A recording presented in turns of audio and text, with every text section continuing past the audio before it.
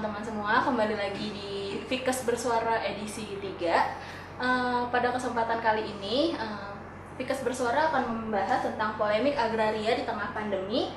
Sebuah swasembada pangan hanyalah harapan yang diangan.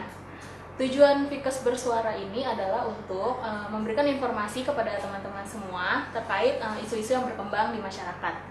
Nah, pada kesempatan kali ini kita kedatangan bintang tamu, seorang mahasiswi gizi semester 6 yang kayaknya lagi sibuk sama PBL-nya.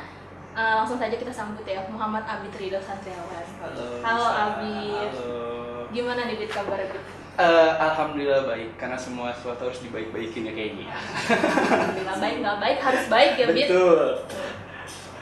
Lagi sibuk apa nih Bid? PBL? Biasa mahasiswa semester pertengahan menuju akhir. Ya, Betul jadi sekali. ya ada PBL, ada yang lainnya, tapi ya sudah dinikmati saja, namanya proses. Betul. Nggak kerasa ya Bid, kita udah 1 tahun ini hidup di masa-masa pandemi seperti Betul. sekarang ini. Banyak banget nih Bid dampak dari pandemi COVID ini. Salah satunya tentang ketahanan pangan yang semakin menurun nih Bid. Betul. Pangan yang dari pertanian gitu yang semakin, lahan-lahan pertanian itu semakin berkurang gitu. Itu Betul, ya. polemik-polemik agraria yang ada di Indonesia gitu. Nah, menurut Abid, gimana sih pandangan Abid tentang polemik agraria ini di Indonesia gitu?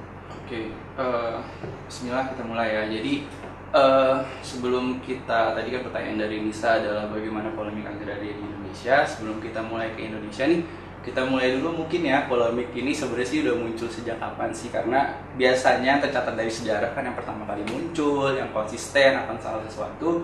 Jadi mungkin kita bisa bahas kapan sih polemik ini muncul. Kalau misalkan saya bisa bilang nih, menurut pendapat saya sendiri, mungkin saja polemik agraria ini menjadi salah satu polemik tertua di dunia. Kenapa? Karena coba kalau kita bayangkan ya, menurut sains manusia itu turunannya dari manusia purba, ya kan? Manusia purba tuh terdiri, kalau kita belajar dulu di SMA, SMP, mungkin di PS ya kan, ada yang namanya beberapa macam zaman, dari zaman perundagian, zaman batu, sampai zaman bercocok tanam, sampai akhirnya menjadi manusia yang modern. Nah, dari berbagai zaman itu manusia purba memang sudah hidup secara berkoloni, hidup secara berkelompok. Nah, ketika manusia purba merasa bahwa di tempat yang dia tinggali ini sudah mungkin tidak produktif dan lain-lain, dia mencoba untuk pindah ke tempat lain untuk mempertahankan hidupnya ke tempat yang lebih, menurut dia lebih produktif atau ada yang lebih produktif. Nah, ketika di pertengahan jalan mungkin ketemu dengan kelompok yang lain atau tempat yang dia miliki itu ada yang sudah ada yang menguasai, maka biasanya polemik itu muncul dengan, ya biasalah manusia purba, selalu di sejarah dibilang ya harus berperang, harus clash dulu, harus berantem dulu dan lain-lain. Nah, saya mau masuk di sini sebenarnya karena ada cukup ada isu menarik di dunia. Jadi manusia purba menyelesaikan masalah agraria, menyelesaikan masalah wilayah, masalah pertanahan itu dengan clash, dengan perang, dengan berantem dan lain-lain. Nah, apa bedanya dengan kita yang misalkan akhir-akhir ini terlihat bahwa ada di salah satu wilayah yang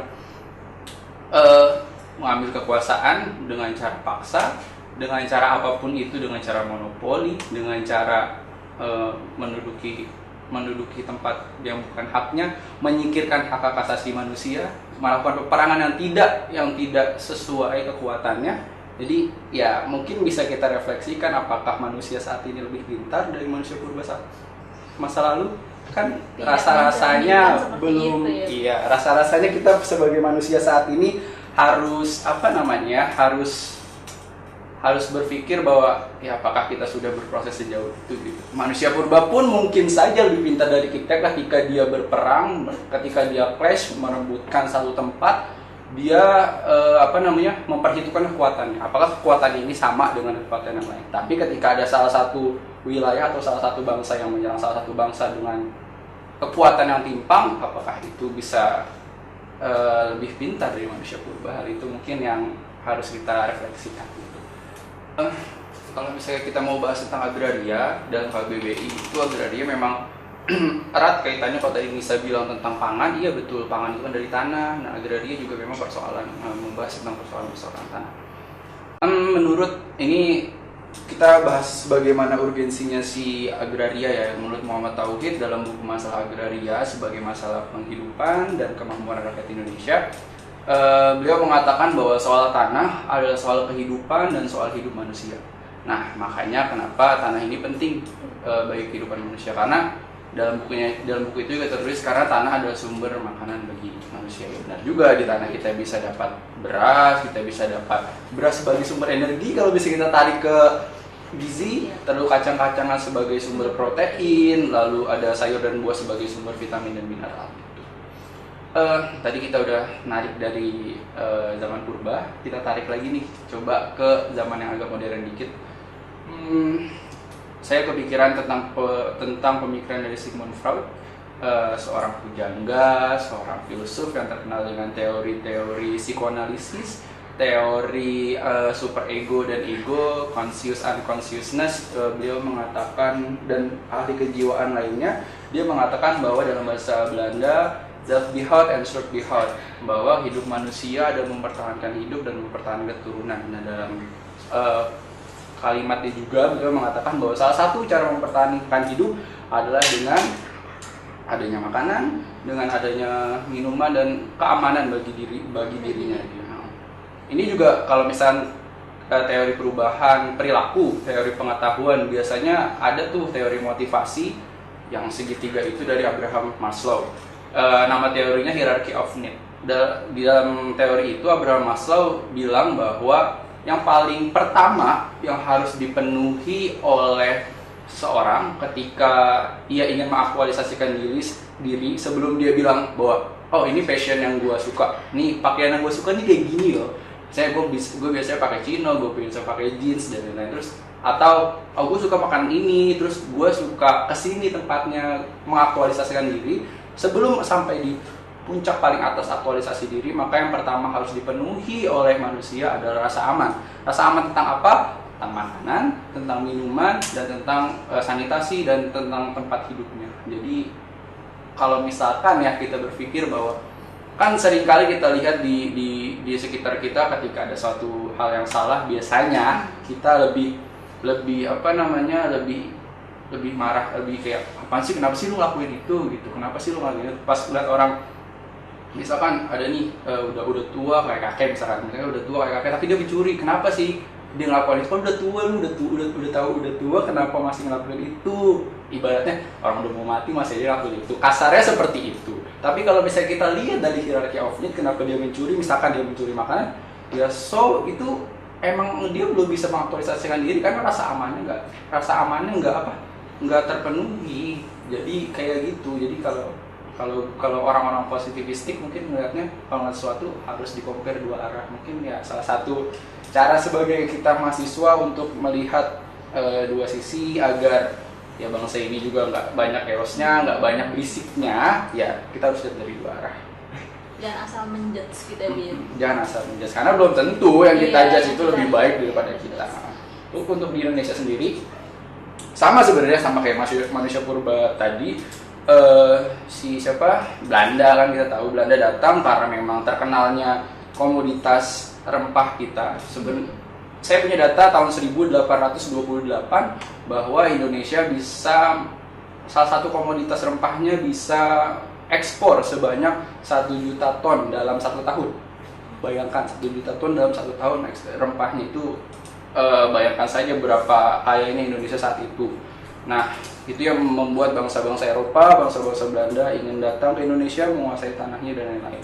Sama caranya, ya memang tidak memang caranya sudah mungkin terpatri ya di jiwa manusia bahwa kalau merebut sesuatu harus dengan monopoli, harus dengan, ya kalau Belanda kita kenal dengan politiknya, lalu dengan agresinya dan lain-lain, ya itu mengambil dengan cara paksa. Lalu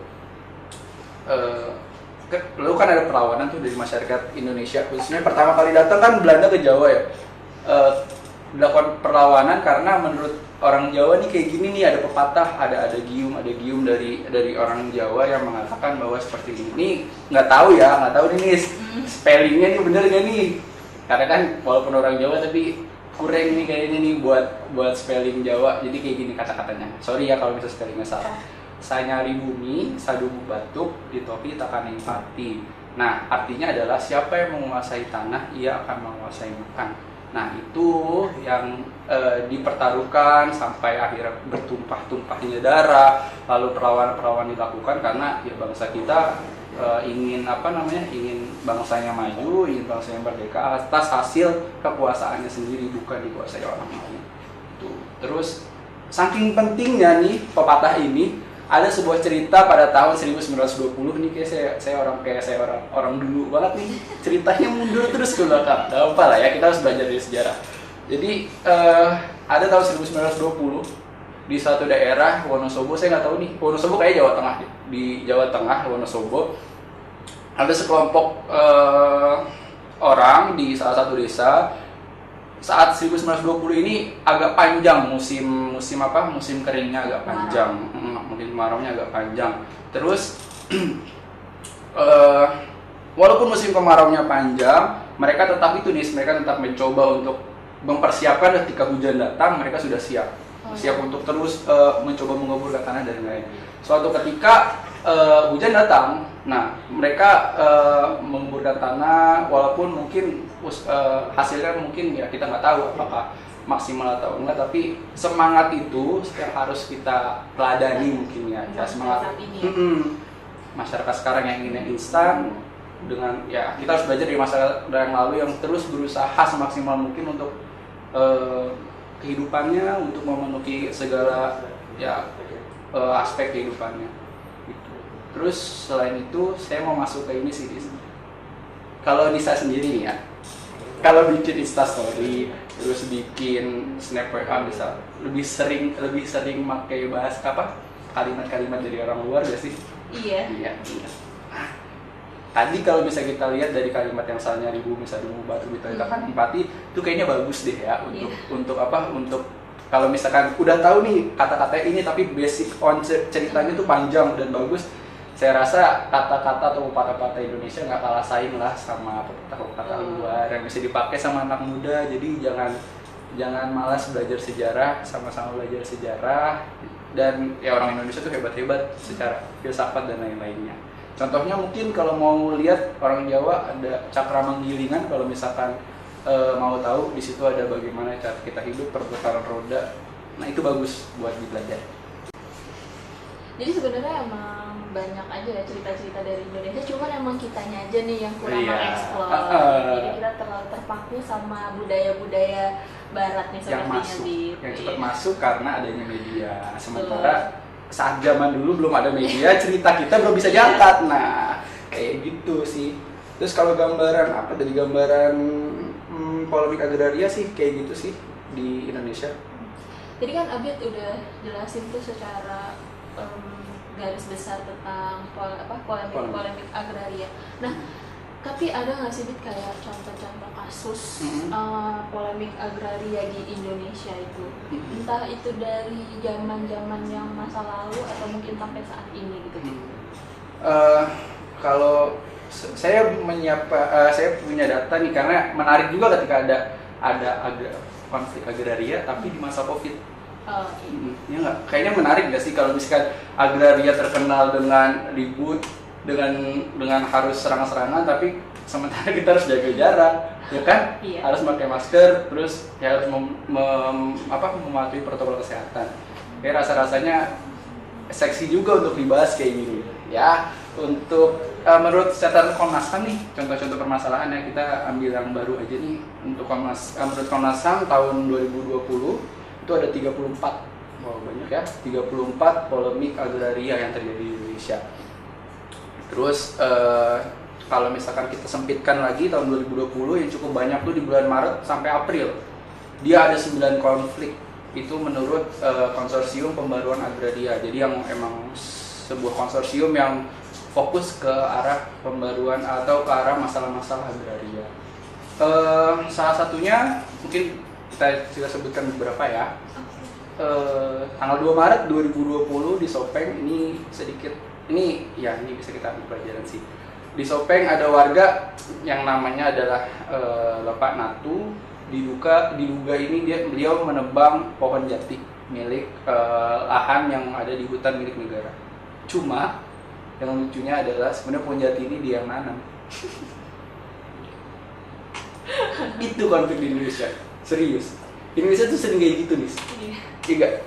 Kita sering nih dengar kakek-kakek ngambil singkong, padahal dia yang nanam. Padahal notabene dia sendiri yang menanam. Iya, dia berusaha. Hasilnya untuk dia apa salahnya? Apa salahnya gitu. Jadi ya memang pola-pola dari permasalahan agraria di Indonesia ini sebenarnya klasik karena sama terus. Entah kenapa hal ini terus terjadi, tapi pola-pola ini tuh sama. Si pemilik lahan kaku, nggak mau ngelihat sejarah, nggak mau ngelihat tuh siapa yang nanam gini-gini, nggak mau. Pokoknya dia beli lahan, itu semua hak dia. Lalu kalau bisa kita lihat di Islam, ada hak orang, hak kita sebagian adalah hak orang lain kan. Terus kalau misalnya melihat dari aspek psikologis, dari aspek sosial yang terkenal di masyarakat Indonesia yang bilang kalau masyarakat Indonesia adalah masyarakat yang ramah, pokoknya enak jadi bangsa teramah di dunia. Mungkin waktu itu sempat ada sebutan seperti itu.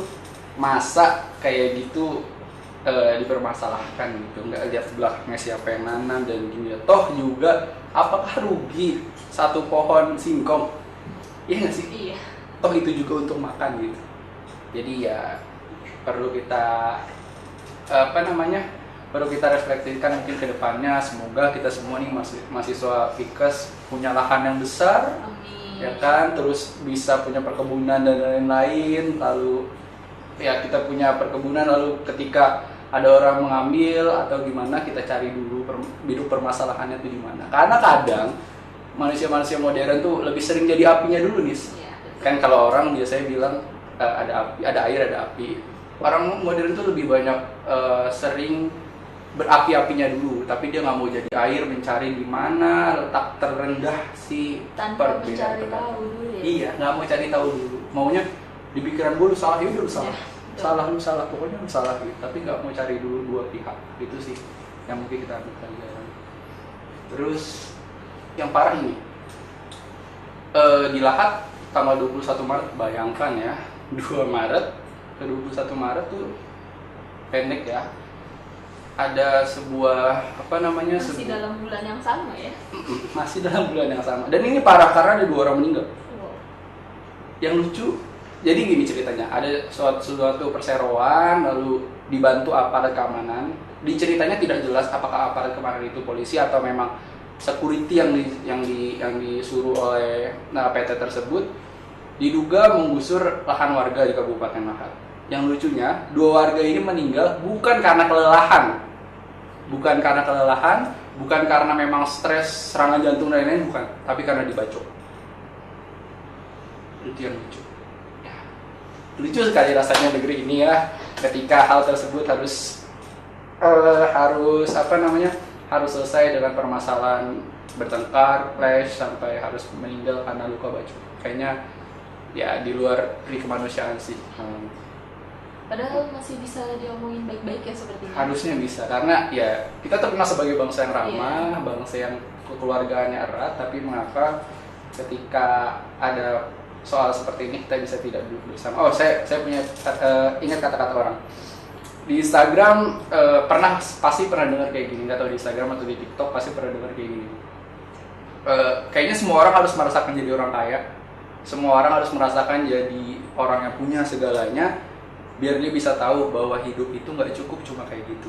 Hidup itu cukupnya bukan kayak gitu doang, bukan karena kekayaan, bukan karena lu punya segalanya, hidup lu cukup.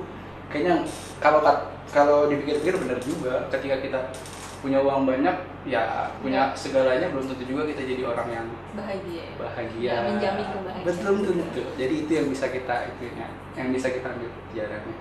Mungkin itu sih, Miss. Apa sih Bit kayak dampaknya itu dari polemik agraria di Indonesia ini? Kalau dampaknya, saya mau berangkat dari dampak yang terakhir nih, yang 21 Maret 2020. Yang meninggal itu usia 40 dan 35. Kalau kita bayangkan mungkin dia udah punya anak ya. Nah, anaknya mungkin saja akhirnya punya dendam karena ya ayahnya terbunuh. Ayahnya. Udah nggak ada lagi yang menafkahinya. Nah itu siapa yang akhirnya ya ekonominya surut dan ekonomi rendah dan lain-lain, itu persoalan di ekonomi. Tapi kalau misalnya kita lihat dampak, ya itu konfliknya nggak akan pernah selesai nih. Dendam akan terjadi pada turunannya. Dendam keturunan gitu rasa dia. Ketika orang tua itu kebunuh, terus ya pasti lu punya dendam.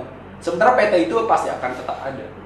Walaupun sudah terselesaikan, yakin betul saya rasa-rasanya ketika anggota keluarga disenggol, bahkan sampai dibunuh, rasa-rasanya dendam itu akan terus ada sih, karena memang ya bagaimana menghilangkan nyawa. Karena membekas ya di hati-hati anak-anak sampai kehilangan sosok bapak gitu yang di usianya mungkin masih kecil. 35 tahun mungkin masih kecil, masih SD mungkin. Umur SD, usia ya umur Terus SD. bagaimana perasaan istrinya harus mencari nafkah sendirian untuk mencukupi kebutuhan pangan anak-anaknya. Nah, kalau kita mau tarik ke judul ini, ya bagaimana ketahanan pangannya bisa terselamatkan? Karena ekonominya aja menjadi semakin rendah. Karena ya ketimpangan itu akan menjadikan sesuatu yang nggak baik intinya. Itu sih paling ada konflik, terus ada dendam yang konfliknya nggak akan pernah selesai. Yakin betul ketika ada yang terbunuh, itu bukan suatu hal yang ketika ada yang terbunuh, ketika ada agresi yang menyebabkan hak asasi manusia itu tercoreng. Saya yakin betul kalau konflik itu nggak akan pernah selesai. Dan dendam itu akan terus ada. Mungkin bukan hanya dendam si anak, tapi juga keluarga, bahkan desanya itu, wilayahnya itu juga dendam. Pasti hal itu akan terjadi. Dari dampak-dampak yang udah terjadi di Indonesia itu yang memakan korban jiwa mungkin ya, sampai yang polemik dan sebagainya. Ada nggak sih kayak penjelasan atau kebijakan hukumnya gitu terkait yang melanggar ini gitu? Yang mereka tuh apa ya, kapok gitu setidaknya, kayak atur cara mainnya tuh nggak begini. Sebenarnya kalau misalkan melihat ke kebijakan hukum agak jauh rasanya ya dari area kita sebagai mahasiswa kesehatan. Namun tentu kita juga sebagai masyarakat yang umum nggak boleh buta akan hukum. Setidaknya tahulah mana sih undang-undang agraria atau yang lainnya. Untuk undang-undang agraria itu ada di nomor 5. Kalau untuk tadi ya sebelum kita bahas ke orang yang salah tadi. Tapi kalau misalnya di agraria itu ada undang-undangnya di Undang-Undang Nomor 5 tahun 1960. Dengan isinya kalian bisa baca sendiri mungkin di Google dan lain-lain, sudah tersedia, dan itu juga pasal, jadi pasti kata-katanya juga nggak mungkin diubah. Untuk implementasinya sama sih, saya nggak punya seperti vision ke sana. Itu karena kalau misalnya udah masuk ke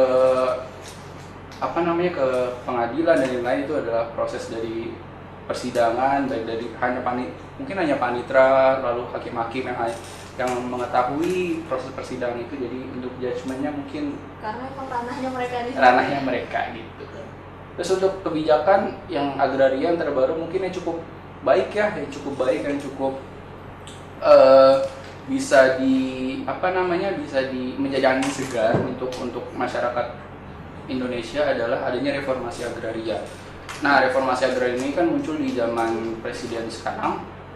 Itu salah satu programnya adalah membuat sertifikat tanah untuk tanah-tanah warga, misalkan tanah-tanah pertanian, tanah-tanah di rumah, itu dibuatkan sertifikatnya sehingga peluang untuk adanya clash, untuk adanya permasalahan tentang tanah, permasalahan agraria itu dikecilkan gitu, maksudnya peluangnya dikurangi. Itu sih kayaknya nih untuk ke yang kenapa harus melakukan itu. Saya punya pertanyaan nih sebenarnya. Bisa kita coba tektok aja ya pemikirannya. Menurut Lisa nih, kita kan tadi tuh kalau kenapa sih orang semuanya nih harus marah-marah dulu, setelah marah baru mikir tadi gue ngakuin apa ya, tadi gue kayaknya berlaku bodoh deh tadi gitu. Nah sekarang gini, orang ketika marah-marah pasti ada masalah deh. Pasti dia ngeliat masalah dulu baru dia marah-marah, pasti kayak gitu. Nggak mungkin orang nggak ada apa marah-marah. Namanya orang gila Sudah ya dia kan? stres banget. Iya, itu baru harus dibawa ke rumah sakit jiwa, dibawa ke psikologi kalau kayak gitu. Nah, punya pertanyaan kayak gini nih. Menurut Nisa, problematika judul kita ini ya problematika terus polemik itu merupakan sebuah masalah atau merupakan sebuah anugerah? Kalau menurut saya sih sebuah masalah. Kenapa? Karena mungkin pandangannya ya itu masalah yang harus kita perbaiki gitu ya. Kita ada rasa kesal di dalamnya. Nah, kalau gue mandangnya itu sebuah anugerah. Gimana? Menarik sih. Menarik, oke. Kenapa nih? Kenapa Abid berpikiran itu sebuah berpikiran kita sebuah anugerah? Kita agak tarik dulu ke belakang. Saya mau bawa sedikit ke karena kampus kita UHAMKA, tarik sedikit ke mungkin ke AIKA ya. Jadi menurut Gus Baha, salah satu kiai kiai dari Nahdlatul Ulama di Jawa Timur, dalam sebuah ceramahnya beliau mengatakan bahwa kenikmatan yang paling tinggi, kenikmatan yang hakikat itu adalah kenikmatan wujud. Kita sekarang sebagai manusia itu adalah nikmat yang paling baik. Ketika kita jadi manusia, kita bisa lihat nih, misalkan kita lihat langsung, wah ternyata banyak banget nih luas sekali dataran, terus kita bisa lihat gunung yang berkelok-kelok, entah siapa yang buat, kan cuma Tuhan, nggak mungkin manusia bisa buat itu. Kita bisa merasakan oksigen yang kita rasakan saat ini tanpa bayar, tanpa merasa bahwa oksigen itu masuk. Kita bisa merasakan bahwa tubuh kita ini sinkron jalan tanpa kita harus setel dulu pakai remote, kan nggak mungkin kan, nggak pakai remote terus nggak kayak diputer kayak boneka habis itu jalan, kan enggak juga. Nah itu kalau kita wujud, kita ada saat ini, kita bisa merasakan itu nikmat yang paling berharga ya. Bener gak? Iya, betul. Walaupun kalau misalnya kita pakai logika deh, kita kayak gini, kita bisa melakukan salah, ya kan? Kita bisa melakukan maksiat bisa juga kan? Kita bisa melihat sesuatu yang hal salah, kita bisa melakukan sesuatu yang hal salah, benar. Kalau misalnya kita mau lebih ekstrim mikirnya, ya mending gua di alam ruh aja, ya kan? Gua nggak ngelakuin dosa, gua ngelakuin maksiat dan lain-lain, gua di surga, gitu. Tapi, mending nggak usah dilahirin di dunia. nah, kan bisa mikir kayak gitu. Tapi pernah nggak dengar kayak misalkan setiap ada misalnya ceramah tentang kematian, atau ceramah misalnya kemarin tuh di bulan puasa, yang penceramah itu bilang kayak gini, ketika seorang sudah meninggal, ada satu keinginannya sebenarnya untuk balik ke dunia, ya kan? Sudah nggak ada nih, wujudnya udah nggak ada nih, wujudnya udah dibawa, udah di tanah, tapi dia ingin balik ke dunia untuk beribadah. Berarti kan dia ingin wujud lagi. Nah itu setinggi itu hakikat dari wujud. Nah ketika kita sudah hidup, kita dipertemukan dengan masalah, kalau gua sih ngerasanya kita harus harus bersyukur, harus merasa bahwa ini Tuhan memberikan sesuatu ke gua. Yang salah adalah ketika ada masalah, sekitar kita ada masalah, tapi hati kita nggak getar, hati kita nggak ngerasa dongkol, hati kita nggak ngerasa apa sih ini, kayaknya nggak boleh kayak gini, kayaknya bisa dibenerin gitu. Nah itu yang salah. Tapi ketika ada suatu masalah kita hadapi, terus kita bilang, terus rasa gusar dalam hati, rasa kayak harusnya nggak kayak gini gitu. Nah itu berarti kita masih menjadi manusia, karena masih ada rasa ingin memperbaiki. Nah karena kan manusia harus berlaku sebaik-baiknya, harus memberikan maslahat ke orang lain. Manusia yang paling baik adalah manusia yang berguna untuk orang lain kan? Jadi ya ketika kita menemukan masalah, seharusnya ketika kita menemukan masalah lalu kita berpikir bahwa itu ada sebuah anugerah, saya yakin betul bahwa langkah yang diambil adalah langkah yang terbaik ya. Karena masalah itu datang mungkin sebagai bentuk rasa sayang Allah ke kita gitu ya. Itu nih poinnya nih, bener itu poinnya. Biar kita semakin mendekatkan diri, kita semakin dekat sama Allah. Allah kangen sama kita ya, kalau ini sibuk dengan urusan dunia. Betul nih, itu poinnya ya teman-teman. Jadi ya tentu nih, misalkan kita semester 6 dan semester nantinya atau kayak pasti menemukan masalah, pasti dalam hidup nggak mungkin ada masalah, tapi ya kita maknai saja bahwa itu rasa cinta, rasa sayangnya Tuhan ke kita. Nah saat Tuhan yang sayang ke kita, mesti kita nggak sayang sama Tuhan, mesti kita nggak cinta sih sama Tuhan, ya come on lah. Itu di situ sih poinnya. Gue rasa saat orang berpikir saat kayak gitu, pasti hal-hal seperti itu nggak akan terjadi. Hal-hal yang kayak tadi, menyelesaikan sesuatu dengan segala dengan segala kekerasan, bahkan membunuh dan lain-lain, saya rasa jiwa asli manusia, sifat asli manusia itu tidak seperti itu. Yakin itu saya. Gitu nih. Oke, jadi sebelum itu tadi saya lupa belum membahas tentang bagaimana agraria itu dipandang. Jadi menurut Twitter dan Bitmer tahun 2005 ada 3 mazhab nih. 3 mazhab kita melihat agraria. Yang pertama adalah konservasionalistik. Nah, 3 mazhab konservasionalistik ini menganggap bahwa agraria, tanah itu harus dijaga, harus dilestarikan. Itu contohnya adalah di Taman Nasional mungkin. Yang Taman Nasional di ujung pulau yang ada badak dan lain-lain. Taman Nasional Loser dan lain-lain. Yang kedua adalah development. Pandangan tentang agraria ini, dia bilang bahwa tanah itu adalah sebuah peluang untuk pembangunan. Develop itu peluang untuk pembangunan. Tanah adalah peluang untuk pembangunan. Nah, yang ketiga, menurut Twitter dan Bitmer adalah ekopopulistik. Dia mengatakan bahwa alam, manusia, flora dan fauna itu saling terikat. Ketika salah satu merusak atau dirusak, ekosistemnya tidak akan berjalan dengan baik. Akan ada ketimpangan. Nah, kalau kita lihat di Indonesia, yang mana gitu, yang mana yang kita lihat, yang mana yang menjadi mazhab, rasa-rasanya mungkin masih development ya. Kita belum mempertimbangkan bagaimana flora dan fauna ini berjalan dengan seiringan. Kita masih terus ada perusakan yang mengakibatkan ketidakseimbangan ekosistem ya, sehingga seperti itu. Bahkan konservasionalistik ini bisa menjadi develop. Tadi kan kita udah bahas nih tentang gambaran umum di polemik agraria ini, terus dampak-dampaknya seperti apa, bahkan contoh kasus, dan yang terakhir tadi kita udah membahas tentang kejelasan hukumnya.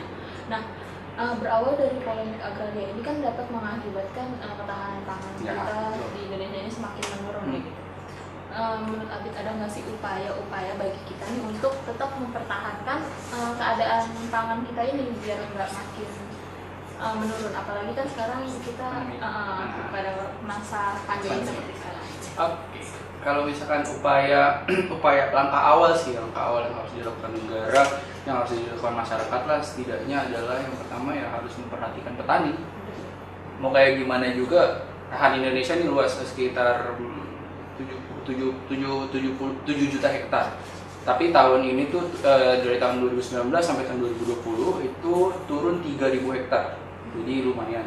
Nah, ya orangnya kan petani. Kalau misalkan nih ada lahan seluas 7 juta hektar tapi nggak ada petaninya, kan rasa-rasanya lucu juga. Maka percuma ya. Ya udah kosong. Tapi yang itu pasti yang harus pertama dilakukan oleh Indonesia adalah memperhatikan petani apapun caranya. Sebenarnya sudah bagus sih, kayak misalkan ada dari desa yang masuk ke desa-desa itu. Kebetulan saya juga punya kampung di Pekalongan, jadi memang sudah terlihat dari desa itu memang dimanifestasikan dengan baik oleh desa yang ada di kampung saya, membuat irigasi, lalu membuat kayak toren gitu, tapi buat bareng-bareng terus dialirin pakai pipa ke semua rumah. Ya itu jadi lebih bagus sih sebenarnya kayak gitu. Cuma kalau untuk masyarakat ini nih, kalau misalkan nih yang lucunya tuh orang Indonesia kayak gini, kayak misalkan mungkin kayak gini, kadang ada orang yang meneriakan ayo kita sejahterakan petani, tapi ketika belanja di pasar, belanja langsung di petani ditawar. Ya kayak gitu deh. Apa sih, lu ketika lu belanja di supermarket yang besar, lu bisa nih sekalian snapgram, sekalian snap WA, halo guys, gue lagi belanja gini-gini. Lu dengan PD-nya kayak gitu. Tapi ketika lu belanja di petani, apakah lu melakukan hal itu? Begitu. Terus apakah lu nawar pas lu ada di supermarket? Kiranya tidak mungkin. Nggak mungkin kan, ada bandrolnya. Iya benar, bandrolnya nggak mungkin nawar, iya. Tapi ya cobalah kita dukung petani yang sudah berjuang untuk, ya berarti dia juga bisa dibilang pahlawan karena memang menyediakan pangan untuk kita. Jadi ya ketika lu belanja di petani jangan ditawar gitu. Terus polemik yang kedua adalah mempertahankan ketahanan pangan ini sebenarnya ada masalah sebenarnya dari yang tadi gue bilang bahwa harus memperhatikan lebih petani, karena anak-anaknya si petani, anak-anak di kampung, petani-petani yang ada di kampung gue tuh udah sepuh gitu ya, udah agak tua. Nah anak-anaknya ini lebih memilih untuk kerja di kantor daripada menjadi petani, karena itu balik lagi nggak sejahtera kata mereka jadi petani. Sedihnya kayak misalkan yang orang-orang tua itu ngomong, misalnya gue ke saudara dan lain, dia bilang ya udah semoga sukses, jangan jadi petani gini-gini. Nah kalau bisa sukses pun perhatiin petani, kayak wow gitu, sesedih itu petani di Indonesia yang nggak diperhatikan mungkin, atau ya harganya nggak sesuai dengan apa yang udah dia kerjakan. Bahkan biaya, ada satu cerita, satu masa biaya panen kayak nyewa mobil gitu, mobil yang kayak di luar tuh yang langsung ngambil jadi beras, jadi gabah, itu lebih mahal daripada hasil panennya. Jadi nombok gitu, lucu kayak gitu. Jadi ya itu polemik yang terjadi di Indonesia. Nah Indonesia harus memperhatikan petani, harus memberikan sebuah sebuah kredit lebih kepada petani, memakmurkan petani agar ketahanan pangan pun bisa dilaksanakan dengan baik. Ketahanan pangan di Indonesia tuh ada, karena kalau misalnya ketahanan pangan nggak ada, panjang sekali dampaknya, bisa ke ekonomi, bisa ke kesehatan, bisa ke mungkin ujung-ujungnya ya tadi saya bilang yang paling bawah itu kalau menurut Abraham Maslow di hierarchy of need adalah kebutuhan akan makan, kebutuhan akan minum. Ketika manusia nggak terpenuhi kebutuhan itu, ya mungkin terjadi krisis, mungkin terjadi crash lagi kayak tadi kita bahas seperti itu. Terus tadi berangkat dari yang tadi anak-anak mudanya nggak mau, ya kita harus mengajak masyarakat muda untuk turun ke bawah. Terus harus selain turun langsung ke sawah, turun langsung ke bawah untuk melihat keadaan para petani yang seperti itu. Jangan hanya di atas melihat ya udah lu petani jalanin aja tugas lu jadi petani jadi gini-gini. Ya enggak, ketika lu kayak mikir kayak gitu, lu nggak akan bisa, menurut gua ya, nggak akan bisa berkembang mikir kayak gitu.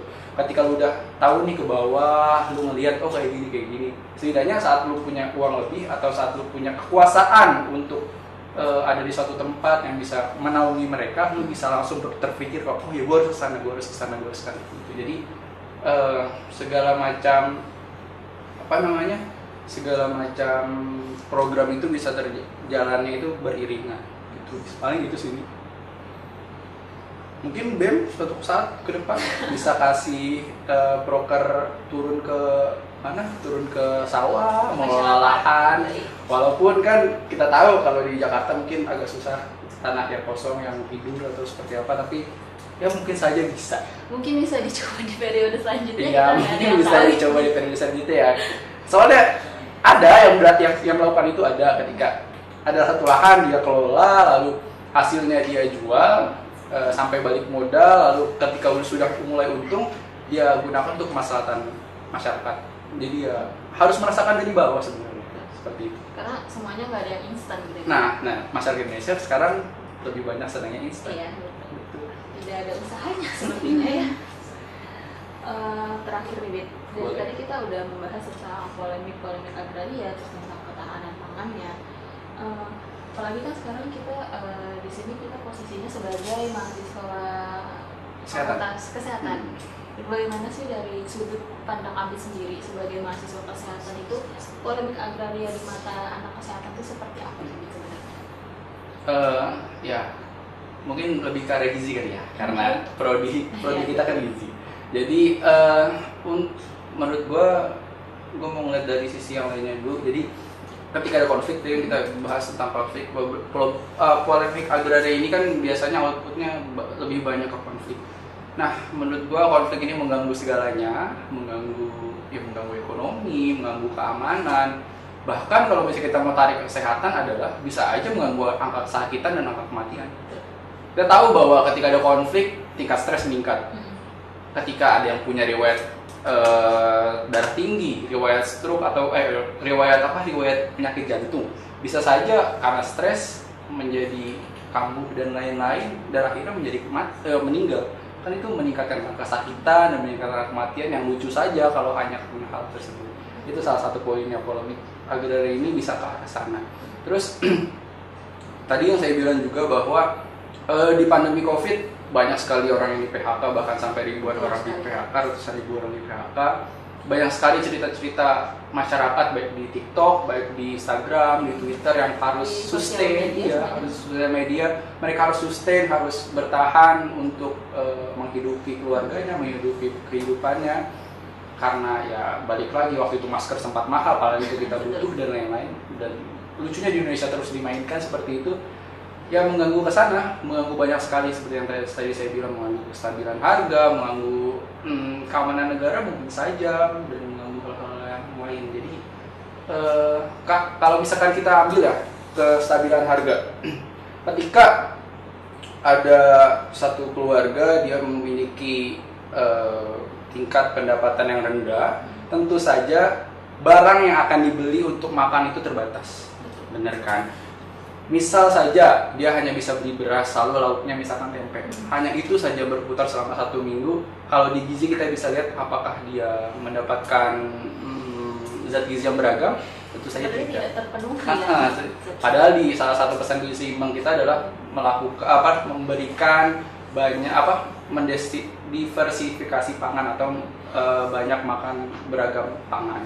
Itu lalu mengganggunya kemana? Apakah itu kalau misalnya di anak dia ada di masa pertumbuhan, ya kan, ada di masa pertumbuhan, lalu pertumbuhannya tidak baik, lalu perkembangan otaknya terganggu karena asupannya kurang baik, di ujung-ujungnya akan meningkatkan angka kesakitan lagi, angka kematian lagi di kemudian hari, bahkan mungkin saja menurunkan produktivitas masyarakat Indonesia di masa depan. Belum lagi kita punya masalah gizi yang namanya triple burden of malnutrition, ya kan? Ada stunting, ada anemia, lalu ada obesitas. Nah, bagaimana hal itu bisa terselesaikan ketika yaitu polemik itu muncul, apalagi polemiknya adalah polemik tentang tanah, polemik tentang pertanian yang pasti mengganggu segala macam. Berpengaruh kemana-mana ya. Apalagi 2045 cita-cita Bung Karno bahwa Indonesia menjadi negara maju. Nah itu harus kita refleksikan bersama, siapa nanti 2045 kita bisa menjadi negara maju dan bisa berdiri di atas kaki kita sendiri. Ya kita renungkan bareng-bareng. Mungkin itu, Nis. Untuk pembahasan kita sepertinya udah cukup ya, Bid ya. Nah, tapi sepertinya ini ada pertanyaan-pertanyaan dari followers Instagram BEM Fikas nih, Bid. Okay. Langsung boleh ya kita baca aja. Yang pertama itu ada Zaki, itu gimana sih jika ketahanan pangannya itu di negara ini tuh terus menurun? Dampaknya untuk jangka panjang itu apa?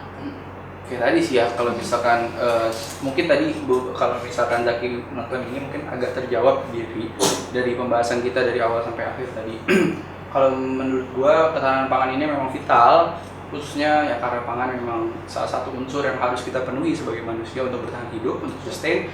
Maka ketika ketahanan pangan ini tidak terpenuhi atau pangan ini tidak ada, semua lintas sektor akan berpengaruh, baik dari ekonomi, dari keamanan, dan lain-lain pasti akan terpengaruh. Ketika pangan tidak ada, orang berusaha mencari pangan, mungkin akan terjadi jarah-jarahan. Siapa yang punya pangan akan saling berebut. Saat ada panganan turun bantuan dari pemerintah saling berebut, dan pasti akan chaos dan lain-lain. Masa mungkin ujung-ujungnya akan sampai ke krisis.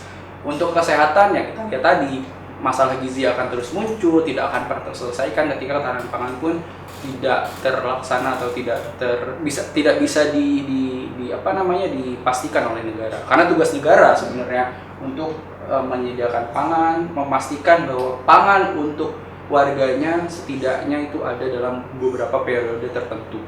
Sebelum melakukan ujung-ujungnya terakhir adalah impor sebelum situ. Lalu ada pertanyaan kedua nih dari Mr. Bean. Itu dia nanya bagaimana cara menyeimbangkan nih antara pertumbuhan manusia dengan keadaan kayak kebutuhan pangannya itu. Jadi gimana sih bisa seimbang gitu sih? Karena kan yang kita ketahui sekarang tuh pertumbuhan manusianya banyak, tapi ketersediaan pangannya makin sedikit gitu. Apalagi di masa pandemi kita lihat ya mobil-mobil banyak, ya kan? Betul. Jadi itu fakta yang harus yang nggak bisa kita nafikan sih sebenarnya. Bumil banyak nih, pasti tingkat kelahiran pun tinggi. Pertumbuhan selalu positif. Memang di Indonesia pertumbuhannya selalu positif kalau kita lihat dari sensus penduduk, pertumbuhan selalu positif. Terus kalau misalkan tadi ditanya bagaimana menyeimbangkan antara pembangunan ya atau apa sih? Pertumbuhan manusia dengan ketahanan pangan, maka menurut gua banyak nih sebenarnya kantong-kantong pangan itu ada di Jawa. Sementara ya menurut beberapa penelitian Jawa kalau dipaksakan terus seperti ini mungkin bisa runtuh. Udah banyak maksudnya penelitian runtuhnya dalam arti lain ya banjir rob akan menyerang pesisir, tanah akan terus menurun dengan sentimeter yang cukup ekstrim. Menurut gua adalah mungkin salah satunya adalah memindahkan kantong-kantong pangan yang ada di Jawa atau membuka kantong-kantong pangan baru di luar Jawa, misalkan seperti yang terbaru dari presiden yang sekarang yang terbaru adalah membuka kantong pangan di Kalimantan. Nah, pembukaan kantong pangan di Kalimantan itu mungkin bisa menjadi salah satu opsi, dan di daerah lain mungkin bisa menyusul salah satu opsi menyertakan pertumbuhan manusia dan kebutuhan pangan. Jadi ketika di sini penuh, manusia mungkin di tempat lain bisa di tempat lain sebagai tempat penyediaan pangannya. Ketika di situ juga mulai penuh, mungkin kita bisa berpindah dengan lain. Jadi lebih tersebar luas gitu. Lebih tersebar luas kayak gitu sih. Terus mungkin juga perlu ada penyerapan lahan-lahan yang mati, lahan-lahan tidur, seperti misalkan ini ada lahan nih tapi nggak diserap dengan baik, gitu ya. Dibiarkan kosong aja terus selama bertahun-tahun ya, walaupun skalanya kecil tapi setidaknya bisa memberikan aspek pangan, memberikan aspek ekonomi dan lain-lain yang bisa membuat kehidupan manusia berputar. Seperti itu sih, mungkin harus seimbang. Jadi kalau misalkan di sini full dengan manusia, kita bisa, Indonesia luas ya. Betul. Jadi sepertinya hal itu bisa dipikirkan, walaupun ya banyak sekali pertimbangannya untuk melakukan hal itu. Selanjutnya ada dari pertanyaan dari Alif Farahmah. Itu pertanyaannya, bagaimana cara agar memanfaatkan pangan lokal tanpa harus melakukan impor gitu. Memanfaatkan Ini memanfaatkan pangan lokal ini kita harus berdaya dengan pangan lokal kita sendiri gitu ya. Seperti cinta Indonesia ya, harus I love Indonesia.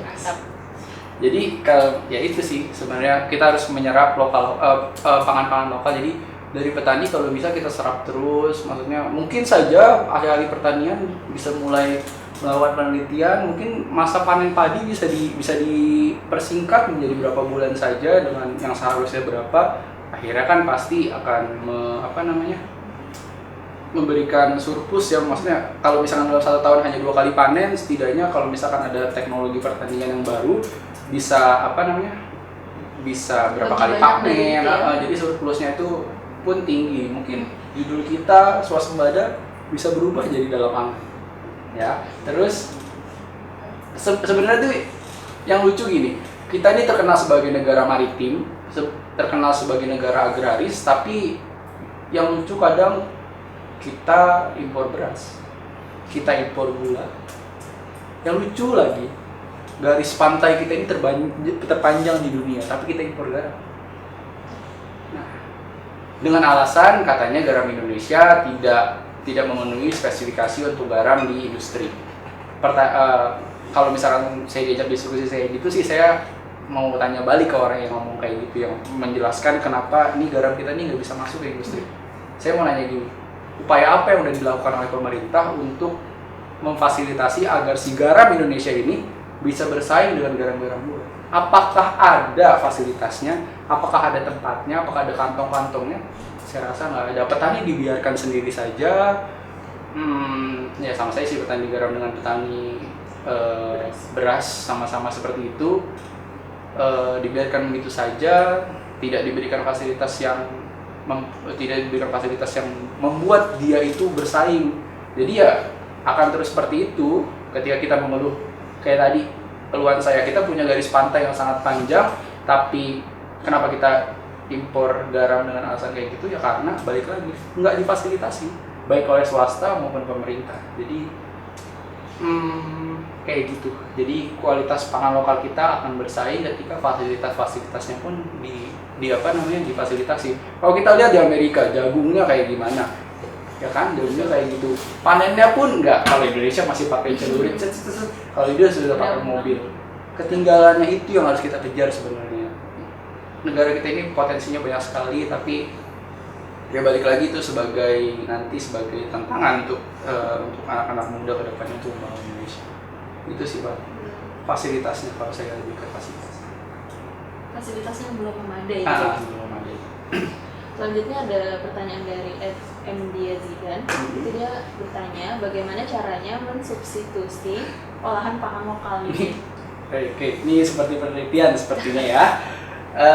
Ya nggak tahu sih aspeknya apa, tapi kalau misalkan ini saya nangkapnya ke penelitian. Jadi kalau misalkan emang mau substitusi olahan pangan lokal, ya itu maksudnya pertama rencanakan dulu judulnya tuh mau kemana, mau ngarah apa, misalkan mau ke sumber zat gizinya apa, zat gizi makro apa zat gizi mikronya apa, lalu urgensinya apa, apakah ada masalah di Indonesia dengan zat gizi itu, misalkan mensubstitusi kue dengan daun kelor, misalkan daun kelor terkenal dengan atau bayam dengan Fe-nya yang tinggi. Nah, ketika disubstitusi berarti kan secara tidak langsung masalahnya adalah orang Indonesia ini kurang nih makan sayur, kurang dapat Fe. Nah, kenapa masalah itu terjadi? Karena adanya triple burden of malnutrition, salah satunya adalah anemia. Nah, itu jalan pikirnya harus kayak gitu. Jadi masuk dulu kenapa masalahnya apa, lalu kemana, apa yang akan diteliti, urgensinya apa, baru deh kita lihat penelitian-penelitian sebelumnya apakah ada yang udah meneliti seperti ini. Kalau belum ada berarti kita harus lebih hati-hati karena ini penelitian pertama. Lalu jangan melakukan satu kali percobaan doang. Kalau di pangan kalau nggak salah tuh ada 3 kali percobaan. Jadi ada yang dikasih substitusi segini, ada yang dikasih substitusi segini. Misalkan ini 5 gram, lalu dikasih 10 gram, dikasih 15 gram, kayak gitu sih paling untuk siapa nih, Zidane ya, paling kayak gitu sih. Dia harus cari dulu urgensinya apa, lihat penelitian sebelumnya, terus lakukan banyak percobaan. Dosen-dosen gizi banyak sebenarnya, banyak sekali yang kompeten. Jadi nanti ketemu KMM, ketemu proposal ya, skripsi, terus ketemu medlit mungkin bisa terbuka semuanya di situ. Itu. Pertanyaan terakhir itu dari Arif Rahman. Itu langkah apa yang dapat dilakukan oleh masyarakat untuk mendukung swasembada pangan? Oke. Ini pertanyaannya bagus, cuma ya berat juga ya jawabnya. Betul. Jadi swasembada ini kan ketika suatu bangsa bisa menyediakan atau menyediakan si pangan ini tidak kurang, tidak lebih dalam periode, tidak kurang bahkan lebih dalam periode tertentu.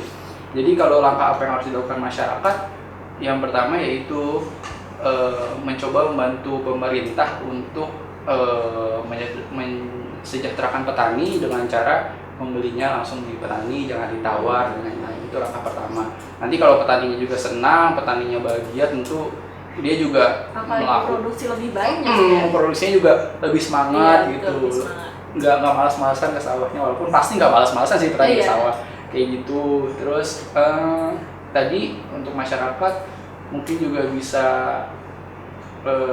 kayak tadi misalkan inisiatifnya masyarakat mungkin bisa ditingkatkan. Misalkan kalau si Bapak A ini ahli di bidang pertanian, lalu Bapak B ini ahli di bidang tanah dan lain-lain, lalu ada ahli di bidang biologi, ada ahli di bidang pangan dan lain-lain, bisa bersatu, bisa collab tanpa apa ya, misalnya inisiasi itu dari diri sendiri bahwa oke nih Indonesia sedang kayak gini, pangan Indonesia sedang kayak gini. Inisiatifnya sih yang lebih ditingkatin, kayak misalkan oke gua ahli ini, ayo kita coba buat bareng-bareng demi kemaslahatan. Paling itu sih jadi inisiatifnya. Terus masyarakat mudanya juga harus turun biar ngerti bahwa ya kayak gini pertanian kita, kondisinya kayak gini, sulitnya kayak gini, ribetnya kayak gini. Jadi biar semuanya merasakan, jadi lebih saling toleransi, saling menghargai. Jadi kedepannya tuh nggak ada yang saling nyerahin, oh ini mah karena misalkan karena petaninya gini-gini, terus ini mah karena permintaannya gini-gini. Enggak, tapi ketika semua situ sudah merasakan rasanya bakal lebih saling toleransi dan bisa saling membantu sih, paling itu. Oke. Tadi kita udah ngebahas dari awal sampai akhir, terus kita juga tadi udah ngebaca ini Bit, pertanyaan-pertanyaan dari followers Instagram. Nah sekarang saya mau coba bacain kesimpulannya, mau ngerangkum dari awal sampai akhir bahwa masalah agraria ini sebenarnya masalah penghidupan dan kemakmuran rakyat gitu, karena soal tanah adalah soal kehidupan dan soal manusia gitu, karena tanah adalah asal dan sumber makanan bagi manusia. Untuk contoh-contoh permasalahan agraria di Indonesia ini secara keseluruhan itu menurut Komnas HAM terdapat 34 kasus polemik agraria yang terjadi di Indonesia. Untuk dampak-dampaknya itu konflik ini sebenarnya tidak akan pernah selesai dan akan menjadikan dendam yang turun-temurun gitu ya. Untuk kejelasan dan kebijakan hukumnya terkait agraria itu ada di Undang-Undang Nomor 5 Tahun 1960. Dan upaya kita untuk mempertahankan ketahanan pangan itu kita harus lebih memperhatikan petani sih ya gitu, yang memproduksi pangan-pangan tersebut gitu. Terus untuk polemik agraria menurut perspektif mahasiswa kesehatan itu dapat mengganggu kestabilan harga, terus dapat meningkatkan angka kesakitan dan juga angka kematian. Betul. Makasih banyak Bibit udah nyempetin waktunya di tengah kesibukannya, udah datang ke podcast edisi ketiga ini. Thank you juga buat Beb, thank you buat Isa juga. Oke. Oh ya teman-teman, setelah podcast ini tayang akan ada kuis Fikes Bersuara edisi ketiga di Instagram dan Fikes UHK. Jangan lupa diikutin karena akan berhadiah. Oke. Segitu aja mungkin ya Bibit yang bisa kita sampaikan. Lebih dan kurangnya mohon maaf karena kebenaran hanya datang dari Allah dan kita manusia sebagai tempatnya salah gitu ya Bit. Wabillahi taufiq wal hidayah. Wassalamualaikum warahmatullahi wabarakatuh. Waalaikumsalam. Iya, lumayan. Thank you.